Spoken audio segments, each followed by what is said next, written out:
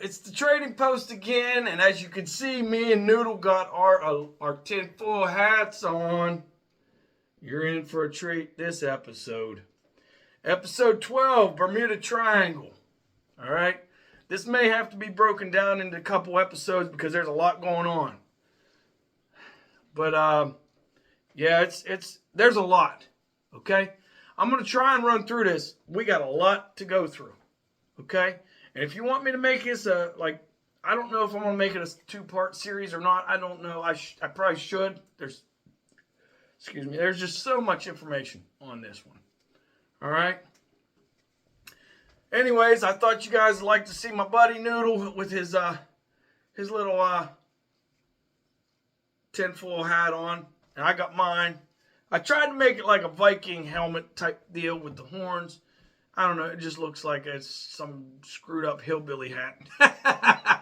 Anyways, we're having fun here. You know, that's what it's about on this channel, man. We're having fun. We don't care what people think. Screw what they think. Throw caution to the wind. We're going to do our thing. That's exactly what we're doing. Okay, hey, man, you can sit right here. You can hang tight.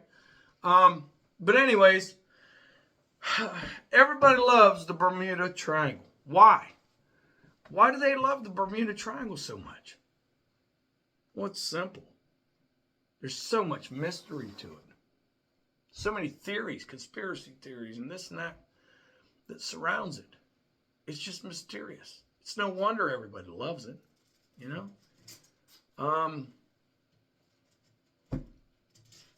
Listen, we got to get started.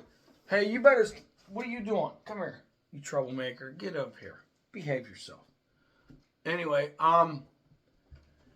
let's get started because this is a long one, all right? And depending on where I'm running at, we may have to try and cut it into two parts.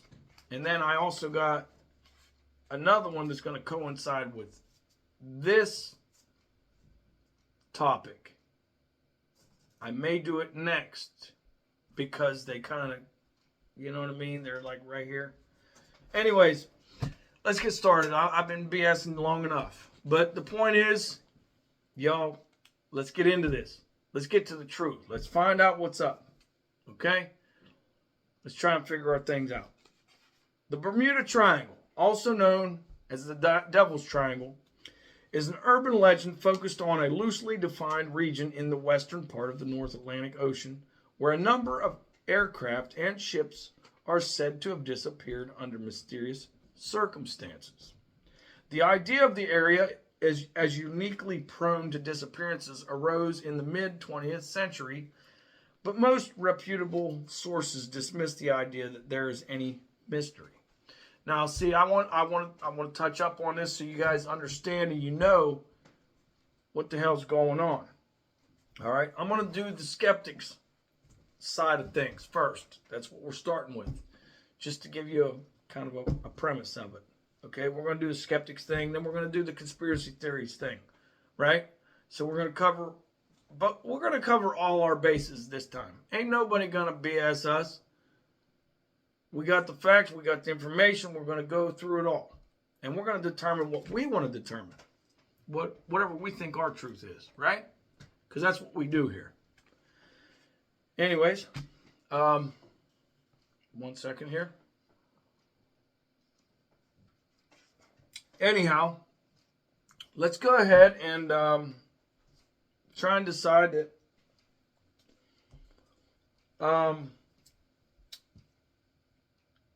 decide what we want about each case, right? And I mean, you can find good points on both sides, skeptic or not. But that's up to you to find. All right. Now I'm going to go ahead and continue on with this because we got a long way to go, y'all. We got a long way. You better strap in for this shit because it's going to be a minute. You know what I mean? Origins. The earliest suggestion of unusual disappearances in the Bermuda area appeared in a September 17th, 1950 article, published in the Miami Herald by Edward Van Winkle Jones. That's one hell of a name. 2 years later, Fate magazine published Sea Mystery, A Tour Back Door.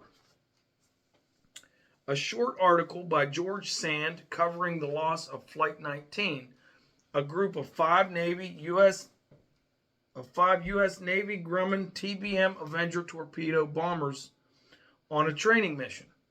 Sand's article was the first to lay out the now familiar triangular area where the losses took place, as well as the first to suggest a supernatural element to the Flight 19 incident.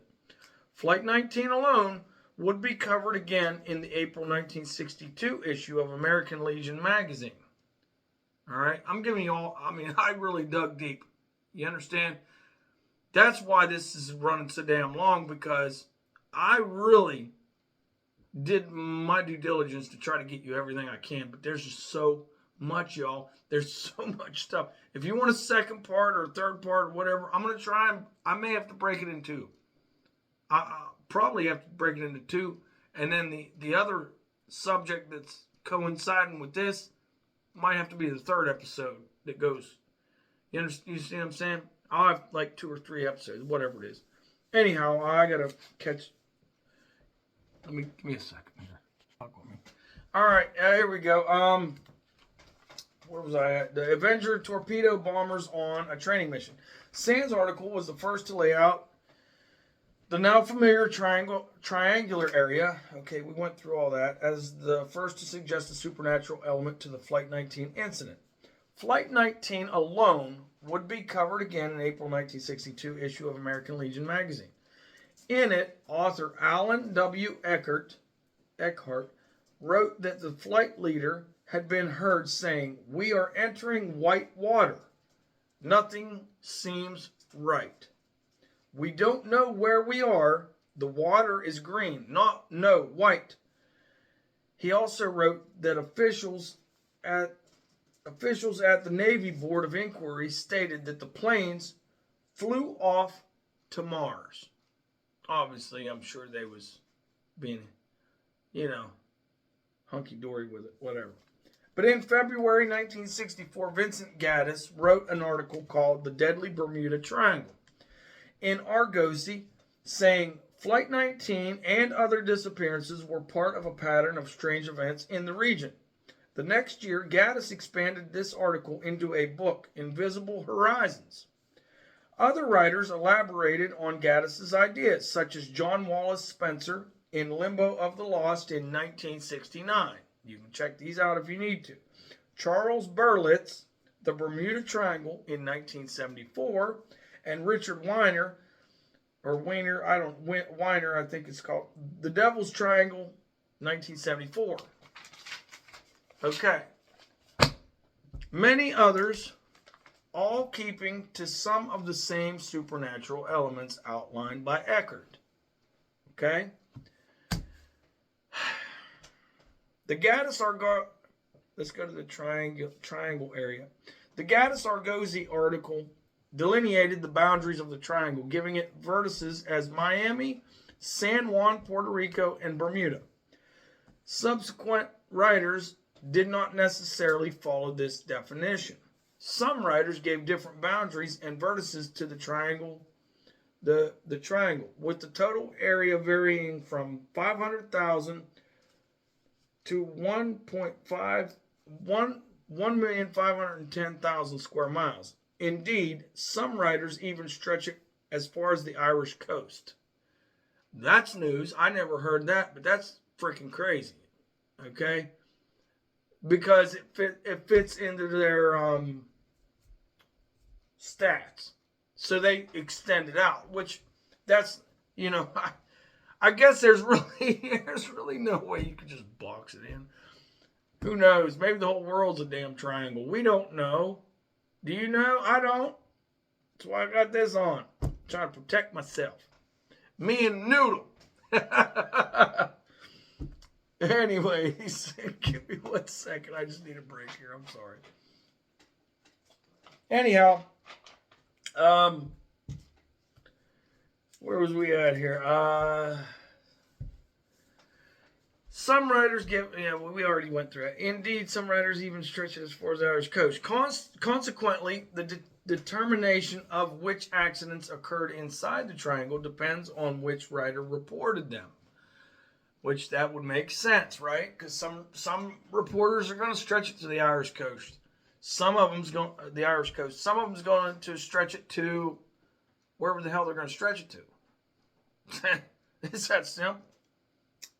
You know, there's always a bias. Generally, I mean, there are my personal opinion. There's always a bias, one way or another. But it takes a really hard individual to be a neutral,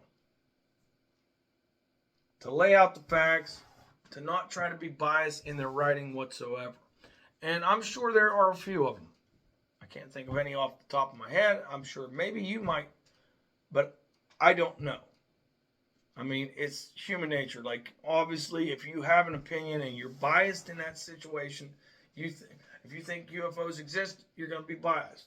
If you don't and you're a skeptic, you're going to think, no, they don't exist, and you're going to lean in that direction.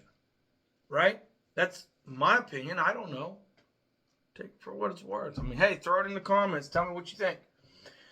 Anyways, we're going to go ahead and go to the criticism. All right? The criticism of these people that they're thinking it's the paranormal area. You know what I mean? Like Larry Cush, author of The Bermuda Triangle Mystery Solved, 1975. He argued that many claims of Gaddis and subsequent writers were exaggerated, dubious, or unverifiable. Cush's research revealed a number of inaccuracies and inconsistencies between Berlitz's accounts and statements from eyewitnesses, participants, and other involved in the initial incidents. Cush noted cases where pertinent information went unreported, such as the disappearances of round-the-world yachtsman Donald Crowhurst, which Berlitz had presented as a mystery, despite clear evidence to the contrary. Another example was the ore carrier, recounted by Berlitz as lost without a trace 3 days out off on the Atlantic port, out of the Atlantic port, when it had been lost 3 days out of a port with the same name in the Pacific Ocean. So basically, what he's claiming is there's another port in another area in the Pacific Ocean, not the Atlantic. And this guy's claiming that Berlitz is wrong because he didn't research his stuff properly, right? So he's saying it's coming out of the Atlantic Ocean from that port, but it's actually coming out from the Pacific Ocean in that port. Whether this is all true, I don't know. I didn't verify any of this. Trust me, I tried to verify as much as I can. There's a lot here, y'all. Okay, like I said, this is going to be like a 2. I mean, we could run this for 3-4 episodes, probably, right? But we're at 13 minutes and I'm barely through this, right? So let's get this show on the road.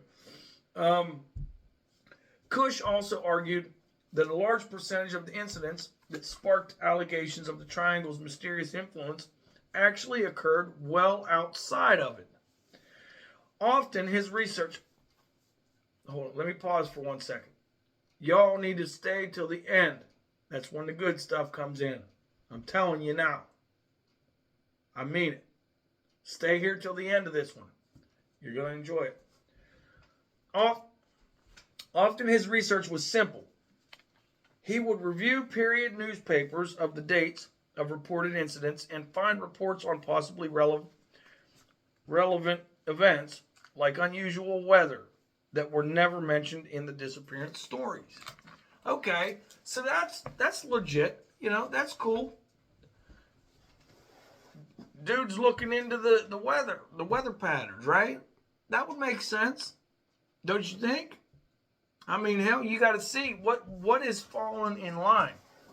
Okay, what's all the common occurrences with all these cases? What is going on?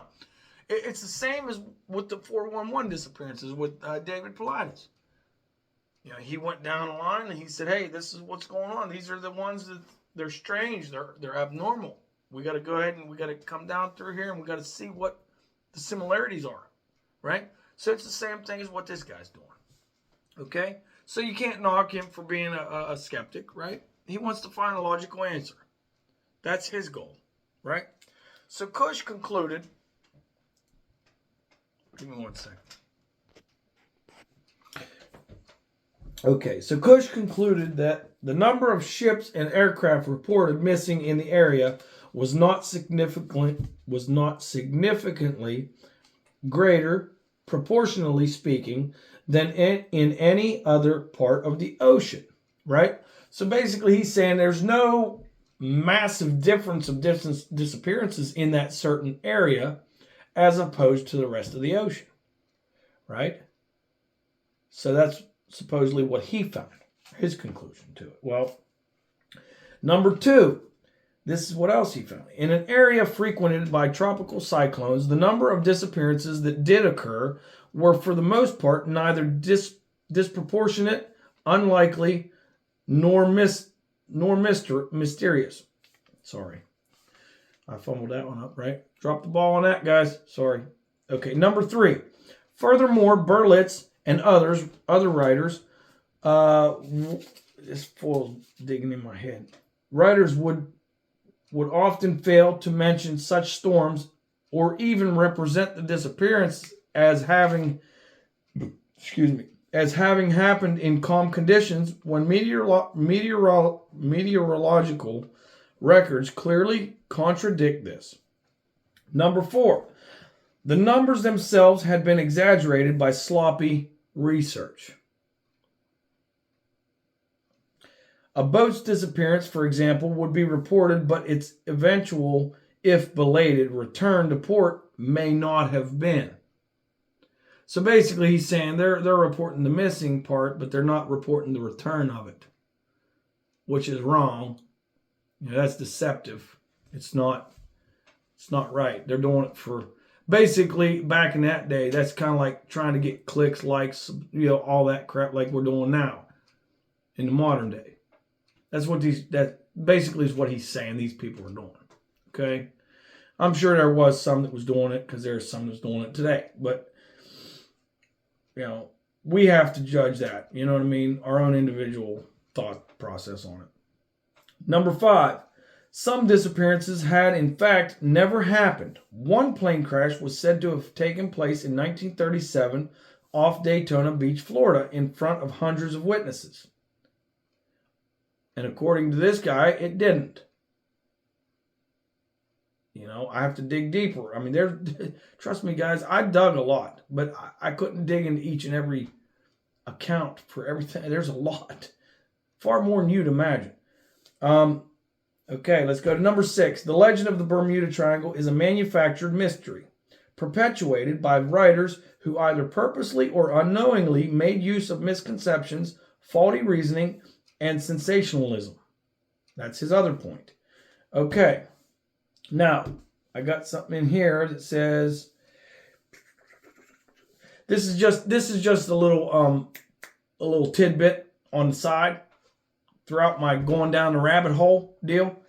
In a 2013 study, the Worldwide Fund for Nature identified the world's 10 most dangerous waters for shipping, but Bermuda Triangle was not among them. Okay, that was something that was thrown in the midst with this stuff. Further responses. Okay. When the UK Channel 4 television program, The Bermuda Triangle, in 1992, was being produced by John Simmons of Geofilms for the Equinox series, the marine insurance market Lloyd's of London was asked if an unusually large number of ships had sunk there. Okay? Lloyd's does not charge higher rates for passing through the area. That's strange. You would think they would if it was an unusually high incident rate. I mean, considering it's an insurance company, right? Pause for thought for that. Anyhow, United States Coast Guard records confirm their conclusion as well. So, in fact, the number of supposed disappearances is relatively insignificant considering the number of ships and aircraft that pass through on a regular basis.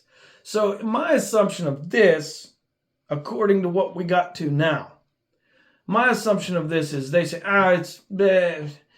you had 50 planes and 20 ships went down. There's literally thousands that go through within a month. Okay, so it's an insignificant number to them. So that's for you all to try and figure out whether you think it's insignificant or not. Let's continue on here. We got a lot to cover here, y'all. The Coast Guard is also officially skeptical of the triangle. Nothing that they collect and publish through their inquiries, much documentation contradicting many of the incidents written about by the triangle authors. In one such incident involving the 1972 explosion and sinking of the tanker VA Fog, the Coast Guard photographed the wreck and recovered several bodies, in contrast with one triangle author's claim that all bodies had vanished, with the exception of the captain, who was found sitting in the cabin at his desk, clutching a coffee cup. In addition, VA Fog sunk off the coast of Texas, not Bermuda. Okay? Nowhere near the commonly accepted boundaries of the triangle. That's interesting. Little tidbit for you guys to know on right there. Okay, now we're going to go to Nova Horizon. The Nova Horizon episode, The Case of the Bermuda Triangle, aired on June 27th, 1976. It was highly critical, stating that when we've gone back to the original sources or the people involved, the mystery evaporates. Science does not have to answer questions about the triangle because those questions are not valid in the first place. Ships and planes behave in the triangle the same way they behave everywhere else in the world. I'm sorry, y'all. I'm sorry, you guys. I have to present it all to you. You understand? I don't want to deflate your balloon. I'm deflating my own with this crap. But this is what I found, right? So let's present it all, and then in the end, we're going to come to our own conclusions, right? Skeptical researchers. Skeptical researchers such as Ernest Taves and Barry Singer have noted how mysteries and paranormal are very popular and profitable. Okay?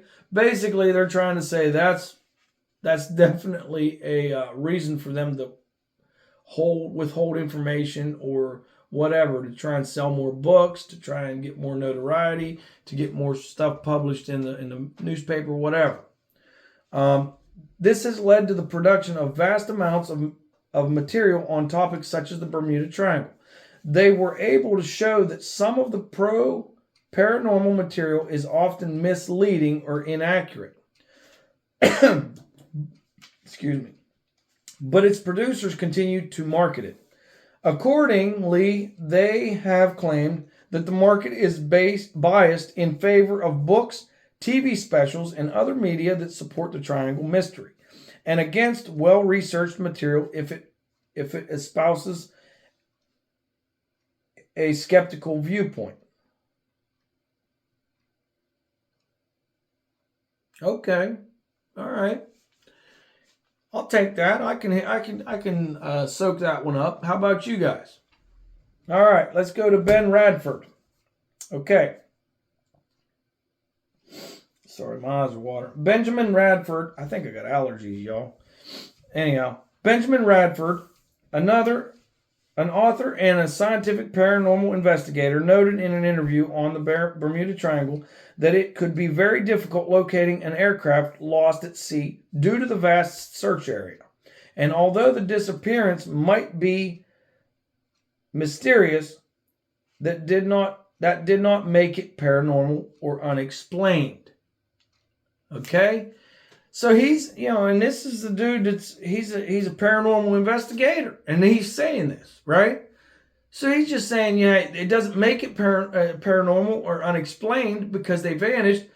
It just means they haven't found it, right? I mean, think about this. If you got hundreds of nautical miles that you have to search in the ocean on the floor to find this wrecked plane or crashed ship or whatever that's disappeared, that's a lot of search area.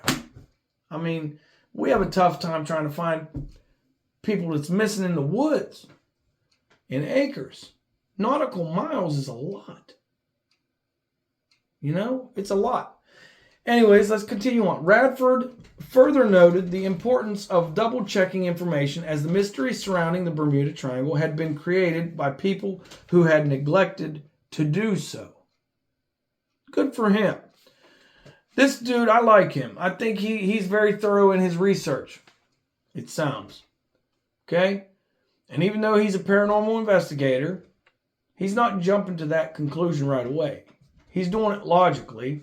You know, he's got the logic side and he's got the other side, I'm sure. Obviously, or he won't be doing what he's doing.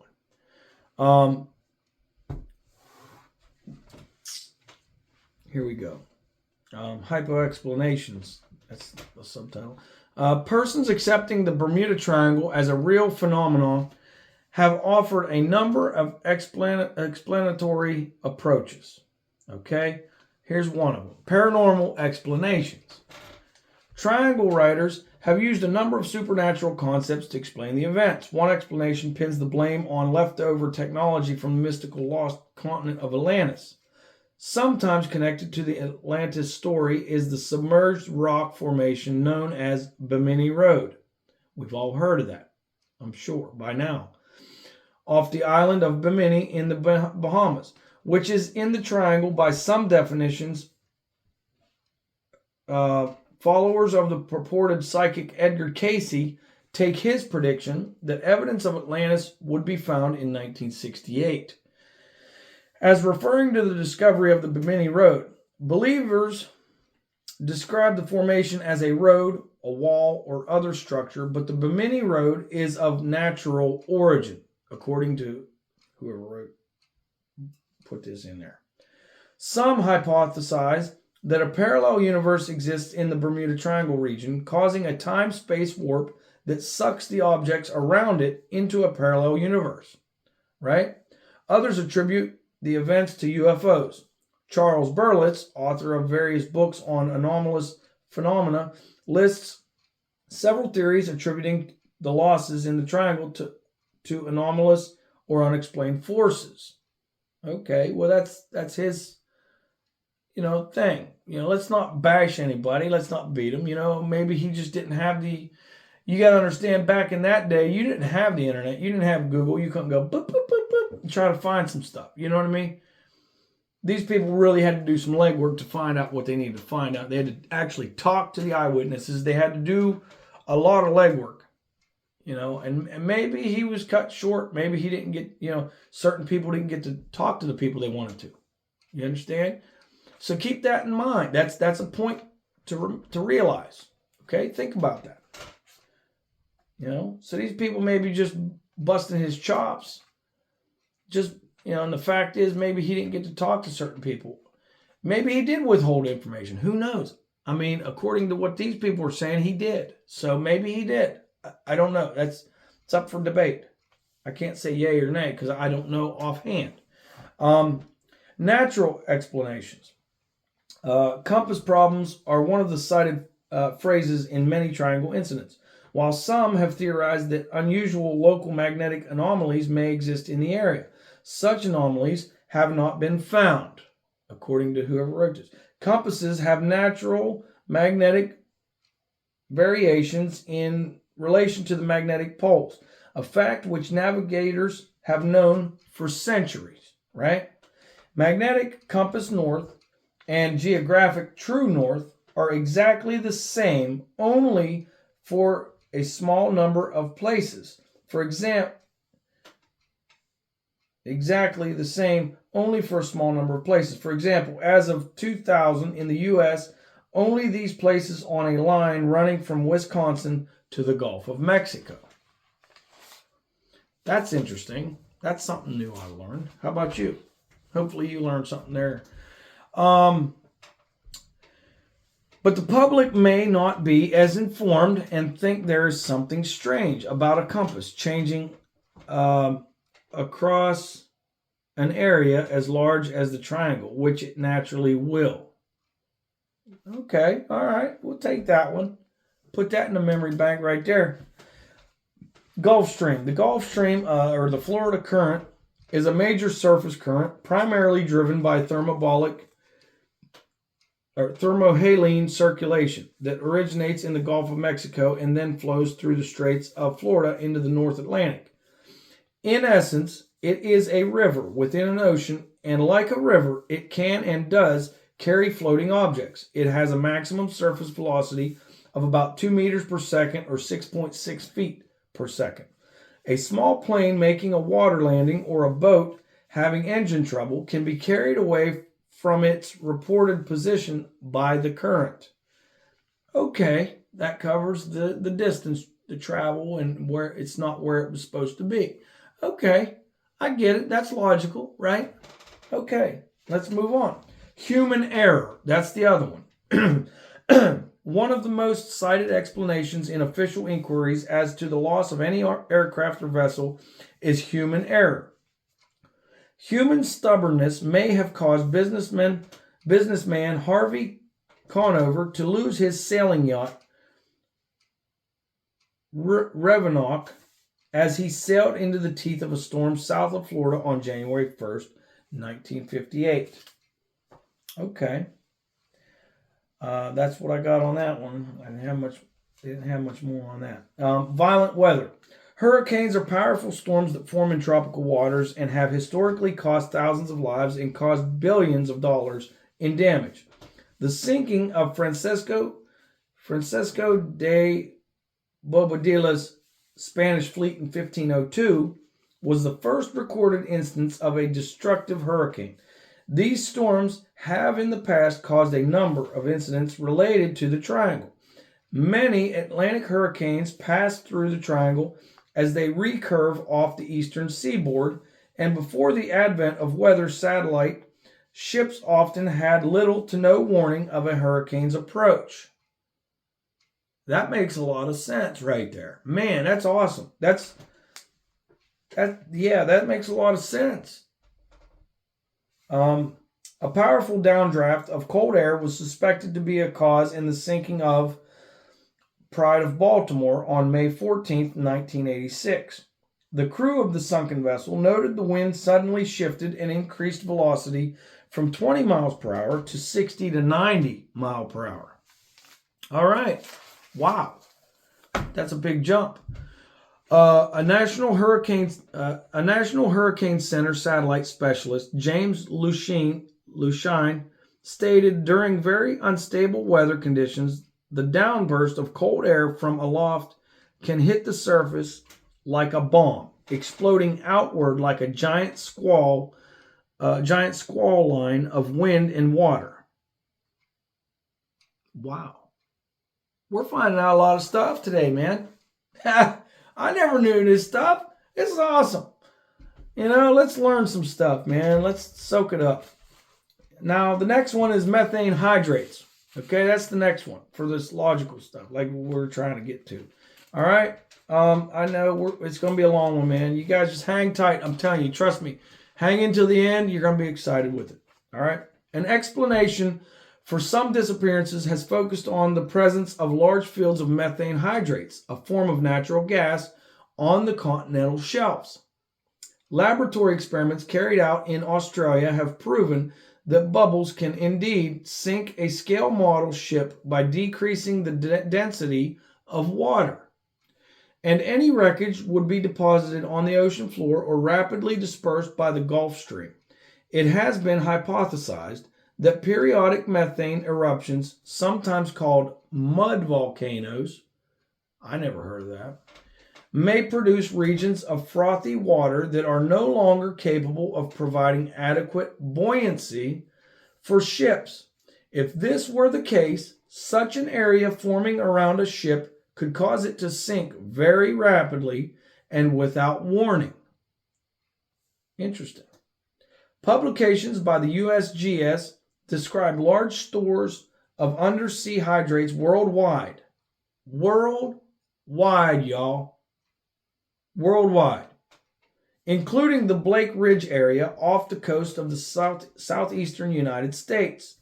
However, according to the USGS, no large releases of gas hydrates are believed to have occurred in the Bermuda Triangle for the past 15,000 years.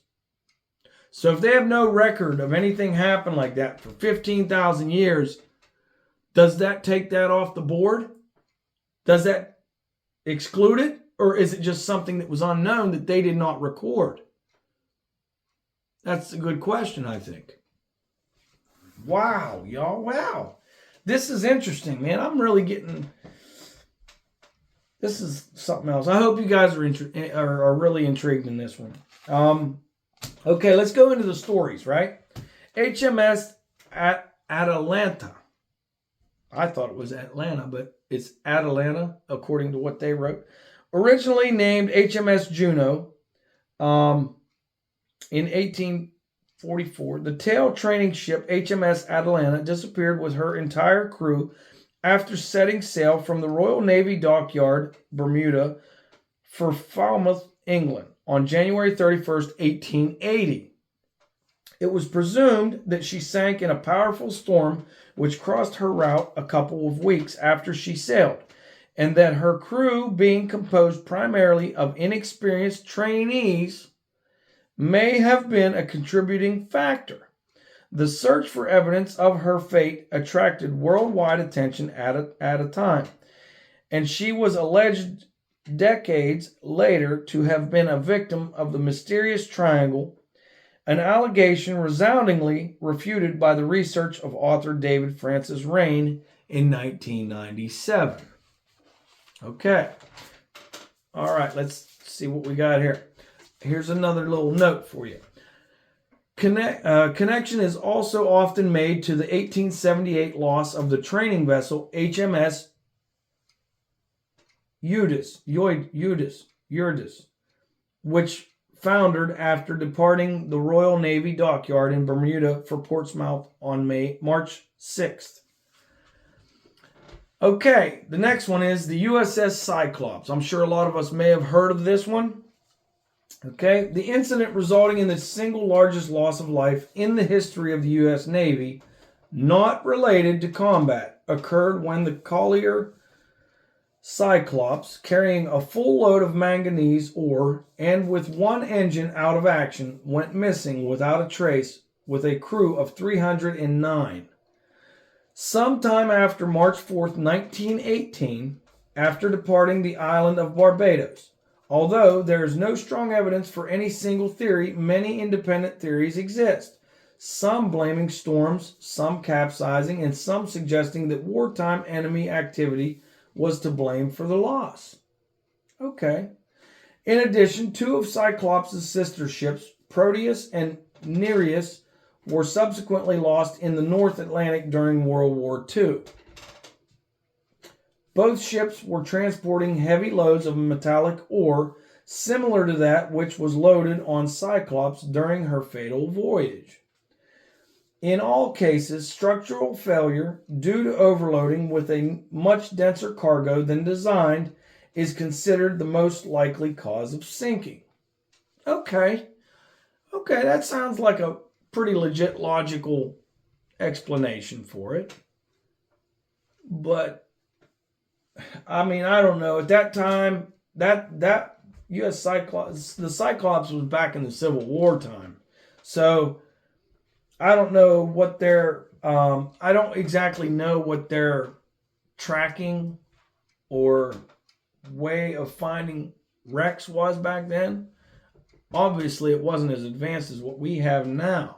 But, I mean, okay. Yeah, it could be. I mean, it could have been overloaded and it just sunk. And they didn't have the ability to get down to where they needed to find the wreck. That's possible. Okay. Next one. Carol A. Deering. Carol A. Deering, a 5-masted schooner, schooner built in 1919 was found hard aground and abandoned at Diamond Shields near Cape Hatteras, North Carolina on January 31st, 1921. FBI investigation into the Deering scrutinized then ruled out multiple theories as to why and how the ship was abandoned, including piracy, domestic communist sabotage, and the involvement of rum runners. Okay, all right, well, that's all I got on that one. Now we're going to go to the next one. Flight 19 is another case. Flight 19 was a training flight of 5 TBM Avenger torpedo bombers that disappeared on December 5th, 1945.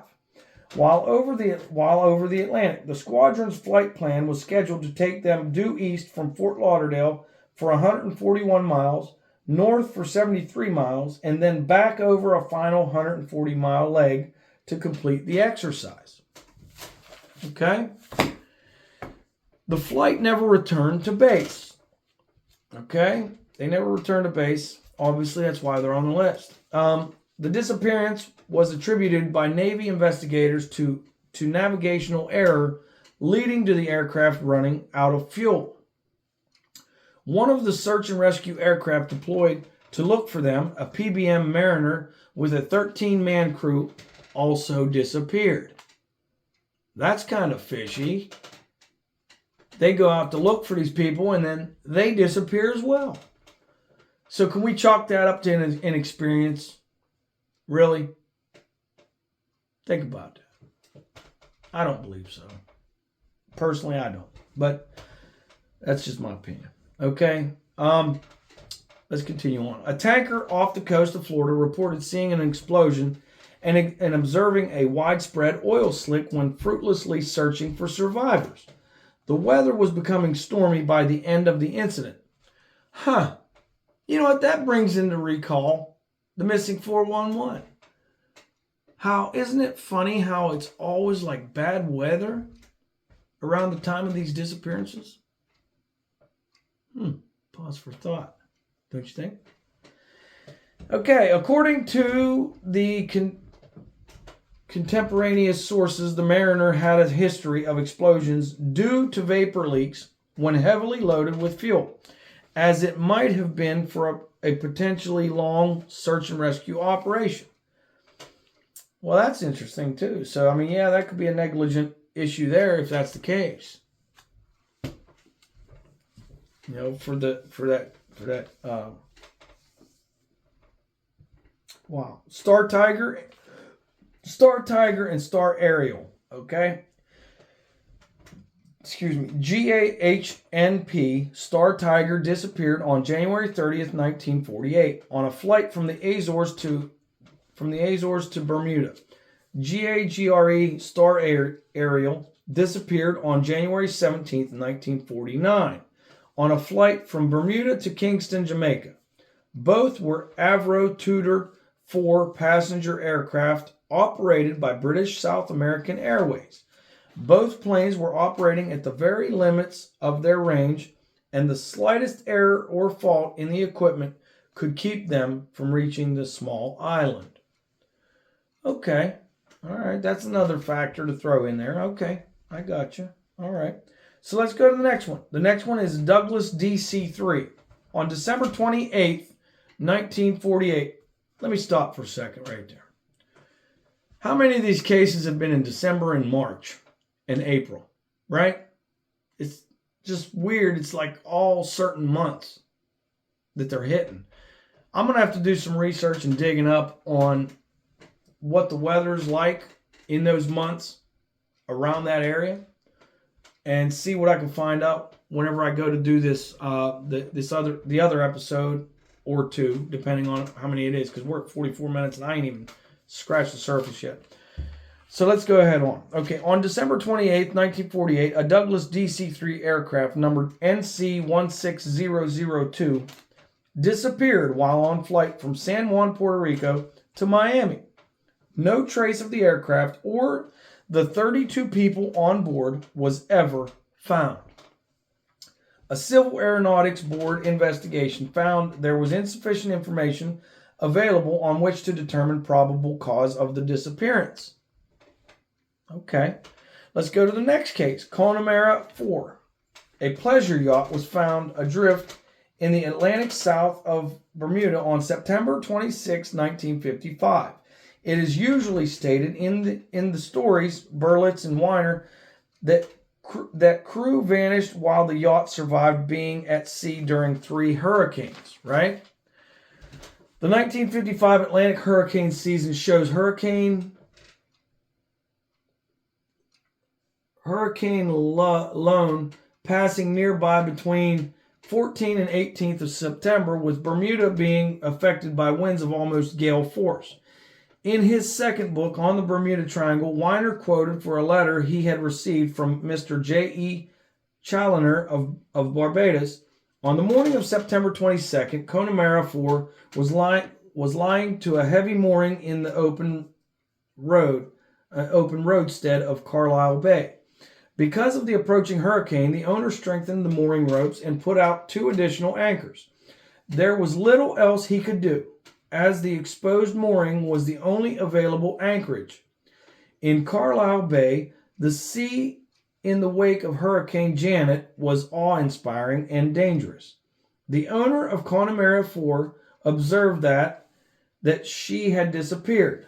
An investigation revealed that she had dragged her moorings and gone to sea. Now, it doesn't state that people was even on the boat. He may have just moored it right there and been on shore. Obviously, if he's seen it left, if he's not on it, if the captain's not on the boat, then why the hell would the crew be on it? Right? Okay. All right, I see their argument there. KC-135 Stratotankers. On August 28, 1963, a pair of U.S. Air Force KC-135 Stratotanker aircraft collided and crashed into the Atlantic 300 miles west of Bermuda. Some writers say that while the 2 aircraft did collide, there were 2 distinct crash sites, separated by over 160 miles of water. How in the hell is that possible? That don't make sense, does it? However, Cush's research showed that the unclassified version of the Air Force investigation report revealed that the debris field defining the second crash site was examined by a search and rescue ship and found to be a mass of seaweed and driftwood tangled in an old buoy. I must say, there are a lot of examples of disappearances in the Bermuda Triangle, but I had to take a devil's advocate approach on this so that way you have all the info as I do. Okay, 1977 Without a Trace is a book. 1977 Without a Trace, Flying from Andros to Miami. Then you got Bruce, Beyond the Bermuda Triangle, he wrote that. AC-136, Bruce, Dad, and Chuck Lafayette. And this is some of the descriptions. It's kind of broken up because I was trying to write it down really quick, and I don't know how well I did on that. But anyhow, they had an unusual cloud. There's informed weather was good, but the cloud grew. Okay? They was at 195 miles per hour. They looked back, and the cloud was like a semicircle shape, right? So the dark cloud formed in front of them right over Bimini Islands. They were 60,000 feet high on top of the cloud. There was no rain, so it wasn't like a storm. There was no rain. The cloud lit up by bright white light, not lightning. Obviously, if these guys fly, they know what the hell lightning looks like. It wasn't lightning. It was just a bright light. Okay. They took a left turn at 135 degrees for 25 minutes. The cloud continued around them and stretched 30 miles. And then they flew 13 more miles. Opening perfectly was a circular shape, the cloud was. The walls started to shrink in towards them. They felt weightlessness when they came out of the cloud, right? Electronics started to malfunction, the compass needle turning spasmodically. They could not see the ocean, only gray, basically like gray cloud or whatever. They finally got into, it was contact with Miami ground control. The plane could not be found on radar, so they said, right? They was actually able to communicate with them, but they couldn't see it on radar. So they only had up in the air. They had 2 miles of visibility, but could not see anything like water or etc. Anything down below. So it was like they was in an electronic fog, right? Air traffic control called radio, and came back online with them, and they said they could see a craft flying over Miami Beach, but they had only been flying for roughly 34 minutes. There was no way they should have reached Miami that soon, right? It was less than 47-minute flight. So at 200 mile per hour, 47 minutes, 250 miles away, the actual direct route should have been 75 minutes. How the hell did they get there in 47? That plane only goes so fast, right? Also, they said that the fuel consumed was only half the usual amount when they got there. That's weird. It says, as far as it goes, 200 aircraft and 2,000 ships have disappeared in the Bermuda Triangle, from what I could pull up. So we're going to go ahead and come back to that one part there. We're going to go ahead and touch up on something else. This is the part I told you to wait for. AUTEC, okay? If you've never heard of AUTEC, stay tuned. AUTEC stands for Atlantic Undersea Test and Evaluation Center, right? This is military owned, military run. It's the Underwater Area 51, they call it, some people. An investigation into reports of USO and UFO activity in the vicinity of AUTEC near the Bermuda Triangle, which, by the way, that's where it's located, okay? Rumors suggest the facility is used for weapons testing and underwater research by the U.S. Navy, okay? Google says it's a laboratory in Androstown, the Bahamas. Also, AUTEC is a laboratory that performs integrated three-dimensional hydrospace aerospace trajectory measurements covering the entire spectrum of undersea simulated warfare, such as calibration, detection, and destruction. The coordinates of the facility are 24.7054 degrees north by 77.7696 degrees west. Now, I also pulled up different coordinates, and I think this is for the headquarters in Florida. I don't know. Maybe it's just another building of it or something. 24 degrees, 4220 north, 77 degrees, 469 west. That's the other coordinates. So feel free, check it out, Google Maps, whatever, okay? You can dig into it, let me know, get back to me. It didn't state the depth on that one, okay? Its mission is to assist in establishing and maintaining naval ability of the United States through testing, evaluation, and underwater research. It's been in use from 1966 to the present, according to the information I found. The insignia is a circle that says Naval Underwater Systems Center. Inside that circle is another circle with a U, then a seahorse in the shape of an S, then a C, and at the bottom says AUTEC. So that's the insignia. I'm sorry I can't post the pictures on here. When I get better at this, I will. I might upgrade all my old videos whenever I get the ability to do so. Anyways, here's the background. The typical task performed at AUTEC is testing and certifying the proficiency of U.S. naval submarine captains and their crews, as well as the accuracy of their undersea weapons. The facility includes 3 test ranges: the weapon range, the acoustic range, and the forax range, all located at the tongue of the ocean, or TOTO for short. A deep ocean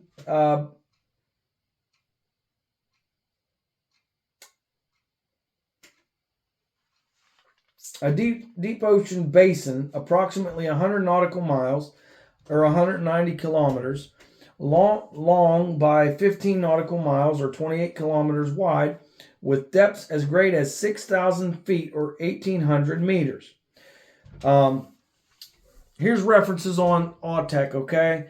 Check this stuff out if you like. It's up to you. I'm gonna touch up on that real quick before I continue on with this and hurry up and run this episode done.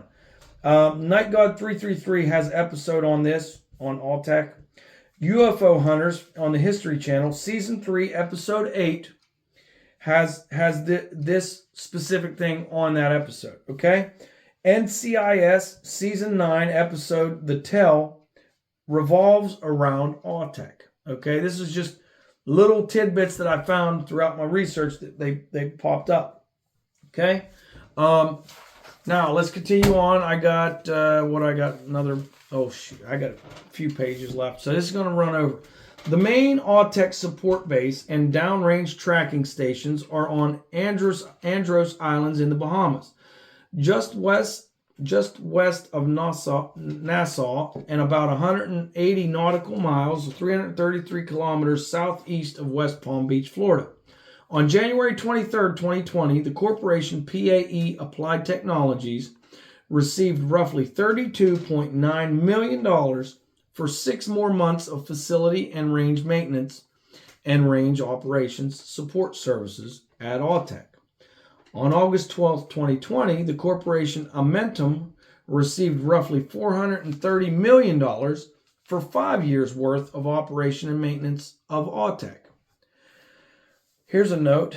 In Tom Clancy's Hunt for Red October, which Sean Connery plays the captain, right, of the submarine, the former Soviet submarine captain Marco Ramius, which is the real true guy of that story, he works for Autech as Mark Ramsey after his defection to the U.S. So his name was changed. So his name's Mark Ramsey, right? And here we go. It's like here we go. We're gonna do some more. I want to close it for now and stay tuned. I'll do next episode strictly on Autech if you want, but I'm not going to close it just yet. Before we close, I have to say there were plenty of eyewitness accounts in the triangle of lights in the sky or possible UFOs as well. Okay, let's touch this up. So what do you guys think, y'all, as so far? Conspiracies, huh? I mean, I don't know. There's some logical stuff. There's some conspiracy stuff that we can spitball off of right here. But let's go. We got, 3 accounts we're going to do, and then it's going to wrap this episode up. Account number 1, Christopher Columbus and the crew. During his first journey across the Atlantic Ocean in 1492, Columbus reported many strange sightings within the Bermuda Triangle. The first of these was the stars appeared to move around in the sky. Another was that he saw a light like that of a candle moving up and down in the distance. When he asked his crew to look at the light, it vanished and reappeared many times. The most unusual thing, Columbus says, that he saw was a glowing object coming out of the water and shooting toward the sky. That's weird. Okay, so let's go to strange account number 2. Account number 2 says, the Ellen Austin was a large cargo ship. The crew on board found a small boat drifting along within Bermuda Triangle. They decided that it had been abandoned. Captain Baker ordered 4 members of his crew to board the boat and sail it to New York. On the 3rd day of sailing, the crew were said to disappear from the boat. When Captain Baker ordered a new crew to board the small boat, they disappeared as well. Okay, that's all I got on that one. That one's an interesting. I could dig into that a little more. But I had a lot. Obviously, this is a long episode. Account number 3. The Greek merchant mariner recalls UFO sighting. Okay, the Greek merchant mariner radio operator Polycarp Spensis had an indescribably strange and unforgettable experience while working aboard the vessel Petite SWJC in 1978 off Bermuda. But he certainly wasn't the only person to observe these odd occurrences in the last few decades. Over the years, there have been a multitude of odd, unexplainable, and unsettling occurrences in that famed area between Bermuda in the north, the Bahamas in the south, and Miami, Florida to the west, including the disappearance of 12 U.S. Navy crew members on a seaplane patrolling there during World War II. July 10th, 1945, they had left the Banana River, Florida Naval Air Station the night before for training flight to Great Exuma in the Bahamas. The last time they were ever heard from was 1:16 a.m. in the morning. The next day, or 1:16 a.m. the next day, at a position of 25 degrees 22 north, 7734 west, near Providence Island. No trace of the crew or their aircraft has ever been found. Okay. Late that same year, another military flight with 14 airmen aboard was lost, and then the plane sent out to try and find them, carrying 13 men, was also lost, which I think we've already touched that prior to this. By some accounts, there have been as many as 155 people who have perished in the otherwise idyllic turquoise huge stretch of water east of Miami. That's a lot of people, right? Okay, account number 3. Here we go. We're going to continue on with this and try to finish this up, man. We got a little bit more. For Spetsas, the merchant mariner, the legendary dangers of that area suddenly became personal in 1978 when the course of his normal duties, he observed the following strange events unfold. As he recalls it, we started from Puerto Matanzas, Cuba, bound for Algiers, with an average speed of 11 miles. Shortly before noon, local time, the officers of the ship's bridge began to notice that it appeared to them that the ship was sailing at unusually high speed, but the instruments showed a constant speed of 10 to 11 nautical miles per hour.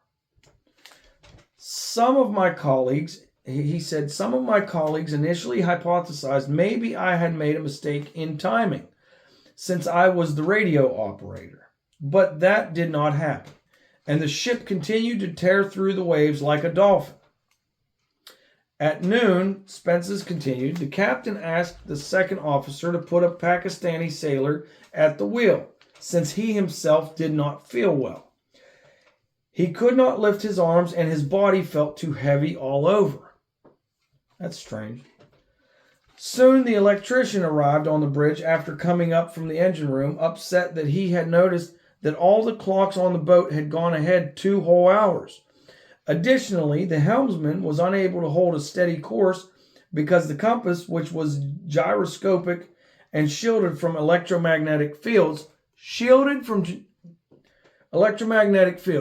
right, was turning like crazy. So he had to put on the autopilot, and we managed to maintain a steady course. The seasoned merchant mariner goes on to relate, but the strangest of all was something that happened a little after 5 p.m. The cook and I were playing backgammon in the smoking room when suddenly we looked back and saw to the left of the ship, or the northwest side, just a few miles away, a large white unidentified flying object in the sky. Then there appeared 2 smaller flying objects to the west of the large one, and indeed one of them was attached to it. Experiments of Americans, I assumed. I left immediately and went to the bridge to ask full of anguish if someone else had seen these bizarre devices. Not one had noticed. However, I was sure that something strange was happening with time and how we were affected by the acceleration of the movement of the UFOs. Spence's explains, I looked at my watch and time had passed. I put the radio receiver to 500 kilohertz to fill in the calendar and heard Morse code, but it was unnaturally quick. I put out a time request signal to 15 megahertz RWM Radio Moscow and heard the answering time signals too quickly, so fast that I thought it was the station's fault. I jumped from my chair, opened the window of the chart room, and looked at the captain. I could use the Morse system, but noticed that my hands could not handle even 4 or 5 letters per minute. and it took about 2 minutes to just walk to the chair for the transmitter. Upset, I told the captain, "My hands are just not working. They're not listening to me." He replied that nobody should touch the ship's autopilot. Okay. Spences relates that the next day the crew was discussing the strange events that had happened to everyone. A sailor complained that once he lit a cigarette, he didn't have enough time to smoke because it burned immediately. The second mate, who served on the midnight to 4 a.m. shift, had gone to his cabin and was brushing his teeth before bed. He suddenly cried out that the time had just changed to 23:40, so he did not have time to sleep. All of us felt bradycardia, an abnormally slow heartbeat, as well as hypothermia during that time. For years now, Spences explained to interviewers, I have tried to explain these curious occurrences. I believe that the bradycardia and reduced crew reflexes are due to what is called gravitational time dilation, right? Gravitational waves, or varionia, emitted by the acceleration of UFO for takeoff and other movements, caused biochemical changes in the metabolism of the human body. This process occurs according to the theories of Niels Bohr and Albert Einstein. He concluded, whatever actually happened, it was experienced by more than one person that strange day in the Atlantic. Time will tell if any more evidence will ever be found of the bizarre happenings in this region of the ocean. In closing, what are your thoughts about the Bermuda Triangle? Is it disappearances due to inexperienced people, explosions due to overloaded cargo, a time slip or time warp, aliens, government top secret project, or even HAARP testing? What do you think? I mean, what do you think would be those? You know, I mean, what do you think it could be a possibility of?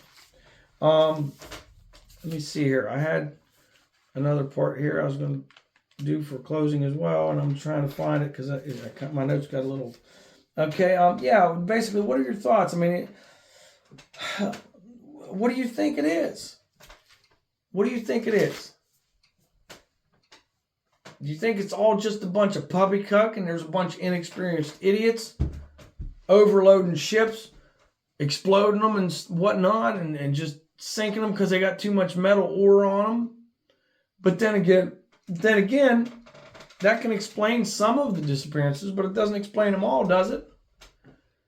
I mean, in all reality, it doesn't. And then what about the explanation for Columbus? What about Spence's? You know, them seeing the lights in the sky and they're moving around and this and that, you know, they're explaining the same thing.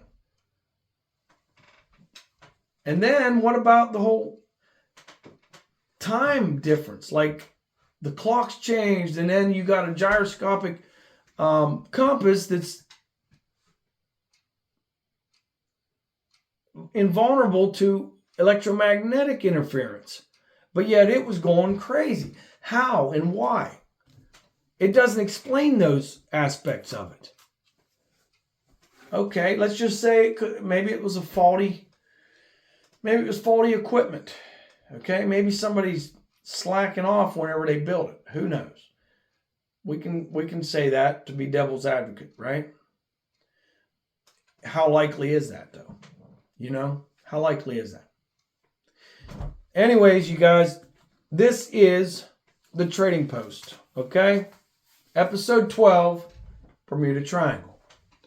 I may do a second Bermuda Triangle. It may be mixed in, or I may just do it as Autech, okay? So you guys keep your eyes open for that, because I am going to do one specifically just on Autech. There's so much information. Bermuda Triangle is ridiculous. There was a lot on here. A lot. So I hope you guys are excited. I hope you guys had a good time on this one. I hope you enjoyed it. I hope it was informational. And I hope it got your gears turning, right? So until the next one, y'all, live, laugh, and love. Live your life the way you see it fit. All right? See you later, family. Bye.